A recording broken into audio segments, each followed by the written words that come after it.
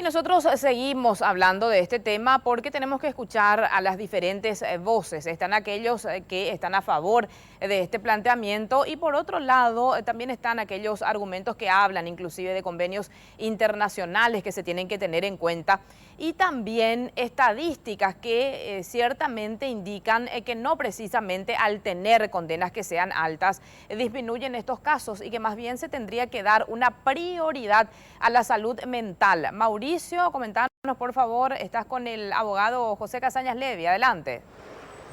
Sí, así es, y él tiene una postura obviamente de alguna manera contraria a esta disposición lanzada por varios legisladores y sobre todo sus argumentos son argumentos jurídicos y también un poco de experiencia o bueno de casos a nivel internacional, doctor, donde se comprueba que en realidad esta castración química, por un lado en la mayoría de los estados de derecho es ilegal y por otro lado también no ha demostrado una efectividad. Claro, hay que entender una cosa.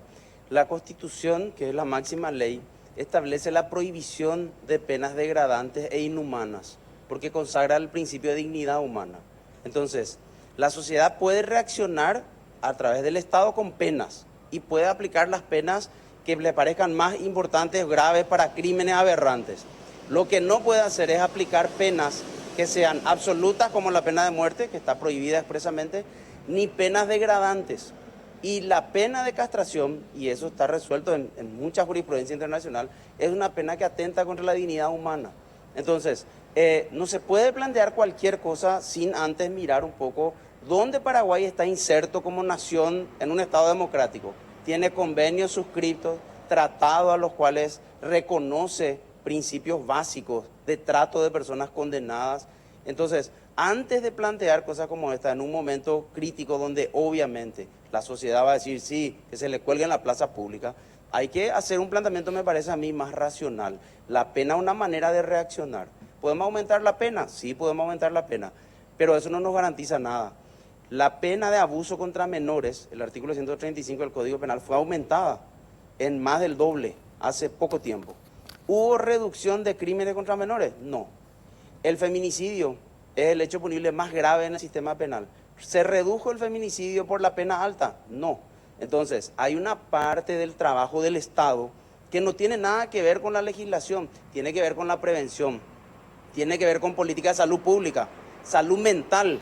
Estas personas que cometen estos crímenes aberrantes tienen problemas mentales. Ahora, nosotros queremos encerrarle, perfecto, encerrémosle, pero cuando salga tendremos otra vez a esa persona con más problemas seguramente.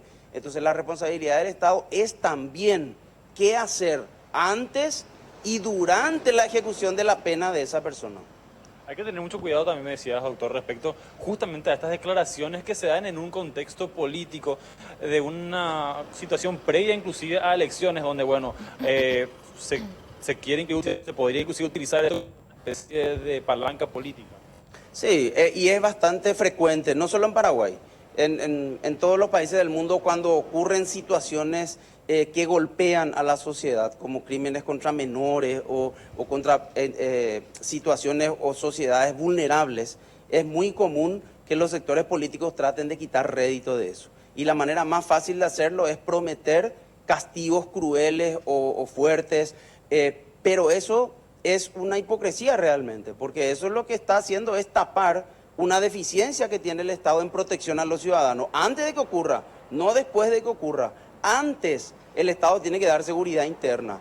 Si nosotros seguimos la lógica de aplicar castración a personas que violan y que son condenadas, tenemos que aplicar esa misma lógica a los que roban se les corta la mano, a los que difaman se les quita la lengua, a los que cometen bigamia se les lapida en la plaza. O sea, ese es un retroceso de por lo menos 200 años en la evolución del derecho.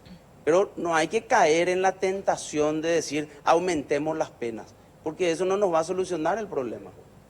Claro, entonces la cuestión es, bueno, hacer una mayor inversión y una mejor infraestructura en lo que tiene que ver con salud pública, que de hecho existe en nuestro país, compañeros, los lugares donde se atiende a estas personas de forma gratuita, locales del Estado, pero No hay política. no hay Aún política y insuficiente. por otro lado tampoco hay mucha inversión en este aspecto. Claro, si nosotros tenemos entre comillas, estadísticas o números, o registros, mejor dicho, más que estadísticas, ¿verdad? Tenemos registros de que aumentaron los crímenes contra menores, que aumentaron los crímenes contra sociedades vulnerables como indígenas. Si tenemos ese registro, entonces el Estado debería trabajar en políticas para atacar ese problema. No simplemente cambiar el Código Penal. Ataquemos de otra manera, veamos dónde está el problema, dónde surge, qué se puede hacer para cambiar esa situación, ¿verdad?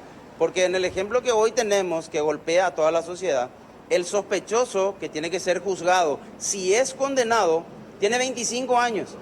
La pena máxima a la que él puede ser condenado es 30, más las 10 famosas medidas de seguridad, va a llegar a 40. Él va a salir a los 65 años. No es ninguna persona que va a ser inválida en ese momento. O sea, tenemos que pensar también qué vamos a hacer con ese tipo de personas que están hoy condenadas o que pueden ser condenadas. No puede haber una irresponsabilidad del Estado y por supuesto que para la sociedad es normal que reaccione, eso es natural, pero el Estado tiene que actuar racionalmente, no puede actuar sobre la base de la reacción en Twitter o en Facebook o en redes sociales.